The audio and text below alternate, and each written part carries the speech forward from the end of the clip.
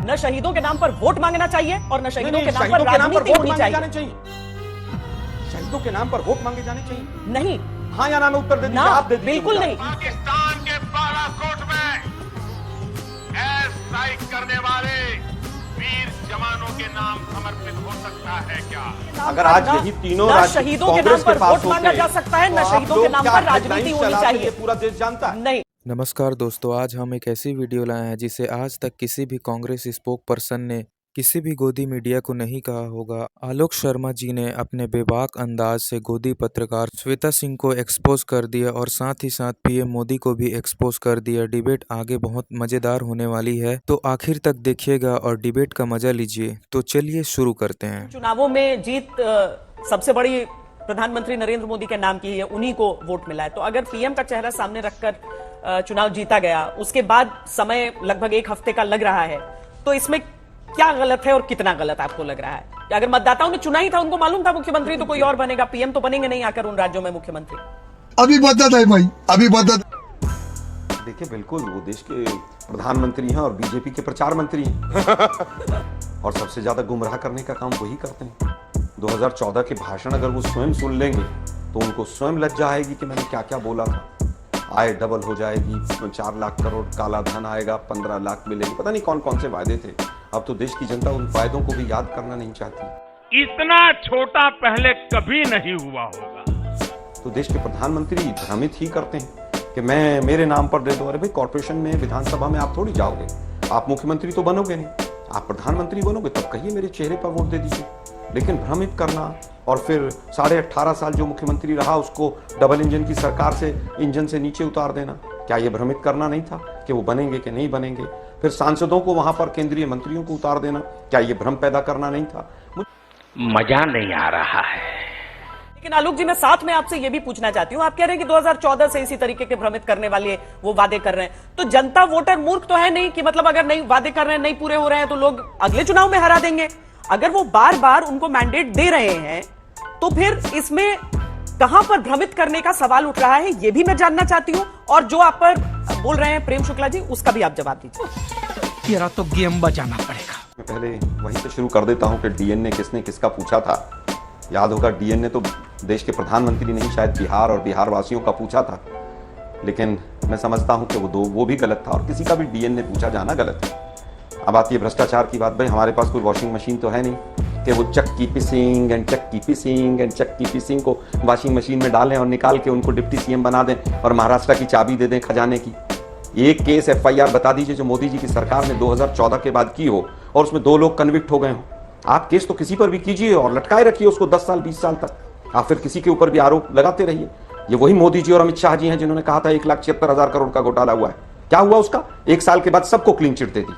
आज एक व्यापारी के यहां पकड़े गए हैं, वो बड़ा व्यापार करता है। इनकम टैक्स जो एक्शन लेना चाहे ले, जो लगता हो कि ये इसने गलत किया तो बिल्कुल एक्शन ले। किसी ने मना किया क्या? किसके यहां क्या मिला, कर्नाटक में कौन सा एमएलए था, वो आज का विषय नहीं। अब बात आती है कि किस तरह से भ्रमित किया जाता है। भ्रमित किया जाता पूरा एक तंत्र है और तंत्र में बहुत से मीडिया के हाउसेस शामिल हैं कि किस तरह से मोदी जी को चमकाया जाए। मैंने 10 एग्जाम्पल दिए, आप 4 बता दीजिएगा कि 2014 में मोदी जी ने 4 भाषण में ये बातें कही थी और ये पूरी हो गई। झूठ बोलो, बार बार झूठ बोलो। कहा जाता है ना कि कुछ लोगों को कुछ समय तक, सारे लोगों को कुछ समय तक ये आप भ्रमित कर सकते हैं, पर हमेशा के लिए, यानी 2014 से लेकर 2024 होने को आया, ऐसा तो नहीं है ना कि इतने दिनों तक सबको भ्रमित करके रखा जा सके। फिर तेलंगाना का निर्णय भी है और इन 3 राज्यों का निर्णय भी है जो सामने है। तो ये सारी चीजें, और दूसरा जो गवर्नर साहब की बात आपने की जम्मू कश्मीर की, उसमें भी एक बात होता है कि जब पद पर बैठे हुए तो बोल दिया होता तो एक अलग तस्वीर होती, बाद में उसको अलग तरीके से आंका जाएगा। बिल्कुल। लेकिन जो सवाल आपने उठाए हैं उनको जरूर, कौन सी गाड़ी थी, उस गाड़ी का मालिक कौन था, बता सकते हैं? जी जी, प्रेम शुक्ला जी, आपसे पूछ रहा हूं, बीजेपी वालों को तो नहीं पता। देखिए, जिस चीज को, गाड़ी का मालिक कौन था, आपसे पता चला? कौन सी गाड़ी थी बता दीजिए। मारुति 800 थी, फिएट थी, इनोवा थी, एम्बेसडर थी, क्या था वो, बता सकते हैं आप? आलोक शर्मा जी, एनआईए की जांच उसमें हुई। भ्रमित करना होता है, भ्रमित करना। देखिए, को पता चलना चाहिए कि नहीं? जो वो पूरा मामला हुआ आपको नहीं पता ना, आज तक कहा गया कि पत्रकार हैं आप, इतनी बड़ी इतने वजन, इतना सारा आरडीएक्स कैसे आ गया देश के भीतर, ये सारे सवाल उठना लाजमी है, उठना चाहिए। कैसे पहुंच रहा है वहां पर, ये सब कुछ वही कह ये रहा हूं, पूछना लाजमी है। 5 साल बाद भी किसी को नहीं पता है। तो आप लोग कन्विंस भी तो नहीं कर पा रहे हैं जनता को। क्या आप उसी शहादत पर वोट मांगी, ये भ्रमित करना होता है कि जो पहले टाइम का वोटर है 24 घंटे बाद ही, और उन शहादत, उन शहीदों के नाम पर दिल्ली एयरपोर्ट पर इवेंट मैनेज करना और 6 घंटे तक पूरे मीडिया कैमरों को खा जाना कि इससे बड़ा राष्ट्रभक्त व्यक्ति कोई नहीं है। मुझे लगता है कि सवाल है और भ्रमित इसी तरह से किया जाता है। नहीं, इसमें दो चीजें हैं, एक कुंठा भी होती है और दूसरा आप जो भ्रमित करने की बात कर रहे हैं वो राजनीति का सवाल जरूर हो सकता है। जली ना, तेरी भी जली। सीधा सवाल मैंने पूछा, सीधा सवाल तो मैं आपको बता रही हूं ना कि उस मामले में जांच हुई। आप देश कुंठित है। सबसे बड़ी समस्या तो यही है कि जो आपका राजनीतिक दुश्मन है उसमें दुश्मनी आप ढूंढते नहीं है। बीजेपी वाले एनआईए जवाब नहीं दे रहा है 5 साल के बाद, आप दे दीजिए। मैं ये कह रही हूं कि न राष्ट्रवाद के नाम अगर आज यही तीनों न शहीदों के नाम पर वोट मांगा जा सकता है, न शहीदों के नाम पर राजनीति होनी चाहिए। पूरा देश जानता है। नहीं, न शहीदों के नाम पर वोट मांगना चाहिए और न शहीदों के नाम पर राजनीति होनी चाहिए। शहीदों के नाम पर वोट मांगे जाने चाहिए? नहीं। हाँ या ना में उत्तर दे दीजिए, आप दे दीजिए। बिल्कुल नहीं, शहीदों के नाम पर आप वोट नहीं मांग सकते हैं, पर आप अपनी नीतियों के नाम पर बिल्कुल नहीं मांग सकते। वोट मांगकर आप तब तक वो वीडियो निकालिए जहां पर बोल रहे हो कि इतने शहीद हो गए और मुझे वोट दो। ये अभी बदत है भाई, अभी बदत है। अभी मजा आएगा ना भिड़ो। डिबेट करने आए थे और इस डिबेट की बात श्वेता जी जी नहीं, श्वेता जी आपके सामने जो कैमरा पर्सन है उनको कहें वो थोड़ा क्लोजअप लें उसका। जी, पाकिस्तान के बालाकोट में एयर स्ट्राइक करने वाले वीर जवानों के नाम समर्पित हो सकता है क्या? मैं मेरे फर्स्ट टाइम वोटर से कहना चाहता हूं कि आपका पहला वोट तो बालाकोट, मैंने कहा बालाकोट, आप कह रहे हैं कि नहीं शहीद जो हुए उनके नाम पे आप पुलवामा में वीर शहीद सुनिए, पुलवामा में उन वीर शहीदों के नाम आपका वोट समर्पित हो सकता है क्या? पुलवामा में वीर शहीदों के नाम समर्पित हो सकता है कि नहीं हो सकता?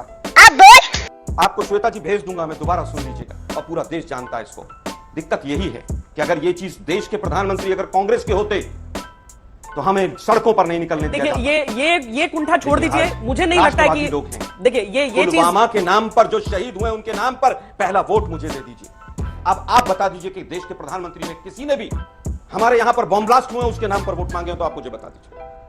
ये भ्रमित करना होता है। नहीं, देखिए भ्रमित करने का दूसरा संदर्भ ये भी होता है कि वहां पर बालाकोट से शुरुआत हो रही है बात की, लेकिन आलोक जी आपने सबसे पहले आपत्ति तब जताई आज के डिबेट में। बात सुनिए, आपने सबसे पहले आपत्ति कब जताई?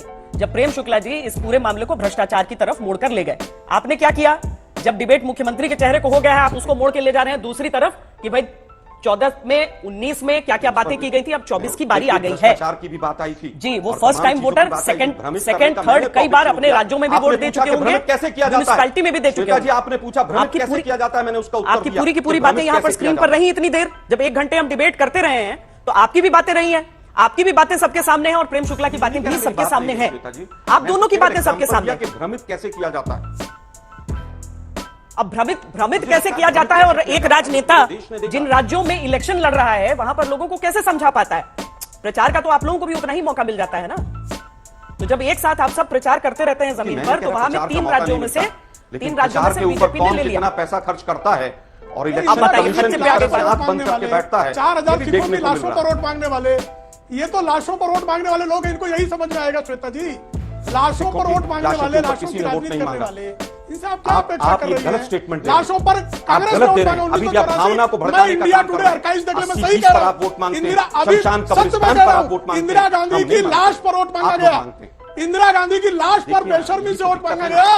राजीव गांधी ने जो है, अच्छा इस प्रेम शुक्ला जी, आलोक शर्मा जी, इस चीज पर हम न करें। हम डिबेट खत्म करते हुए मुख्यमंत्रियों के चेहरों की तो बात कर सकते हैं ना। प्रेम शुक्ला जी, कितने दिनों में मिल जाएगा नया मुख्यमंत्री सबको? देख लीजिए, विधायक दल की बैठक होगी और मुख्यमंत्री तय हो जाएगा। पक्का, मतलब इसमें निर्णय विधायकों का है, विधायकों की आजादी इंदिरा है। गांधी की हत्या पर वोट मांगने वाले, लाशों पर वोट मांगने वाले गिद्ध है कांग्रेसी। मोदी जी ढूंढ रहे हैं कौन गिद्ध कितना ज्यादा डमी गिद्ध होगा। भोज करने की आदत बीजेपी ढूंढ रही है डमी कौन है, गिद्ध उसका छाप भोज, होगा जो हमारे इशारे पर काम करेगा। कांग्रेस का गिद्ध भोज। हम आरोप लगा रहे हैं 2023 के नतीजे आए, डमी ढूंढा जा रहा है, मुख्यमंत्री आ जाएंगे, लेकिन 2024 का टोन जो है वो सेट हो चुका है। भोज करने वाले, इस चर्चा से भी यही सामने आया। बहुत बहुत धन्यवाद आप दोनों का इस चर्चा में जुड़ने के लिए। मजा आया, और मैं ये जो मजा है हिंदुस्तान के हर व्यक्ति को देना चाहता हूं। मेरे साथी यूट्यूबर, मेरा ये चैनल सब्सक्राइब करें और मेरे हर अपडेट आपको मिले, इसके लिए बेल आइकन जरूर दबाइएगा। तो दोस्तों, जैसा कि मोदी जी ने कहा कि चैनल को सब्सक्राइब करें और बेल आइकन को ऑन कर लें ताकि जब भी हम वीडियो डालें तब सबसे पहले आप तक नोटिफिकेशन पहुंच जाए। तो चैनल को सब्सक्राइब करिए दोस्तों। फिर मिलते हैं इसी तरह के नए वीडियो में दोस्तों। धन्यवाद।